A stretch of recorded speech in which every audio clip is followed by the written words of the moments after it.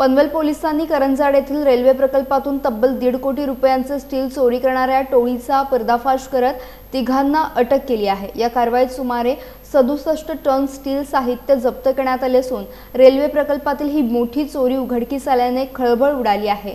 करंजाड येथे सुरू असलेल्या रेल्वे पुलाच्या बांधकाम साइटवरून 20 एप्रिल ते 25 एप्रिल दरम्यान मोठ्या प्रमाणात स्टील चोरी करण्यात आल्याची तक्रार दाखल झाली होती। तपासादरम्यान पोलिसांनी site manager Vijaykumar Verma, scrap व्यावसायिक अजीजुल रहमान आणि मजूर परवेज अलाव यांना अटक केला। या तिघांनीही संगनमत करून बांधकामासाठी ठेवलेले स्टील साहित्य चोरी करून विक्रीसाठी हलवल्याचा आरोप आहे।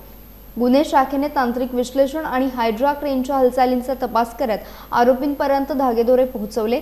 क्रेन चालकाच्या चौकशीनंतर धानसर परिसरात चोरीचा माल लपवून ठेवण्यात आल्याचे समोर आले। त्यानंतर पोलिसांनी छापा टाकून कापून ठेवलेले स्टील जप्त केले। या प्रकरणी भारतीय न्याय संहितेच्या कलम 303(2) अंतर्गत गुन्हा दाखल करण्यात आला असून तीनही आरोपींना तळोजा कारागृहात पाठवण्यात आले। या चोरीमागे आणखीन कोणी आहे का याचा तपास आता पोलिसांकडून सुरू आहे। पनवेल शहर पोलीस स्टेशन हद्दीमध्ये गुन्हा रजिस्टर क्रमांक 270/2026 अन्वये 303/2 म्हणजे चोरीचा गुन्हा दाखल झाला होता। सदरचा गुन्हा हा कमलाकर सुब्रमण्यम शास्त्री या फिर्यादींनी दाखल केला होता। ते टाटा प्रोजेक्ट लिमिटेड कंपनीमध्ये जनरल मॅनेजर आहेत। सदर ज्या ठिकाणी चोरी झालेली आहे त्या ठिकाणी टाटा प्रोजेक्ट लिमिटेड कंपनीचे जे त्यांनी रेल्वेचं कॉन्ट्रॅक्ट घेतलं होतं रेल्वेचं ब्रिज बनवण्यासाठी, तर त्याच्याबाबतचं त्यांचं साहित्य त्या ठिकाणी होतं आणि सदरच्या साहित्याची किंमत ही जवळजवळ अंदाजे 1.5 कोटी रुपये होती।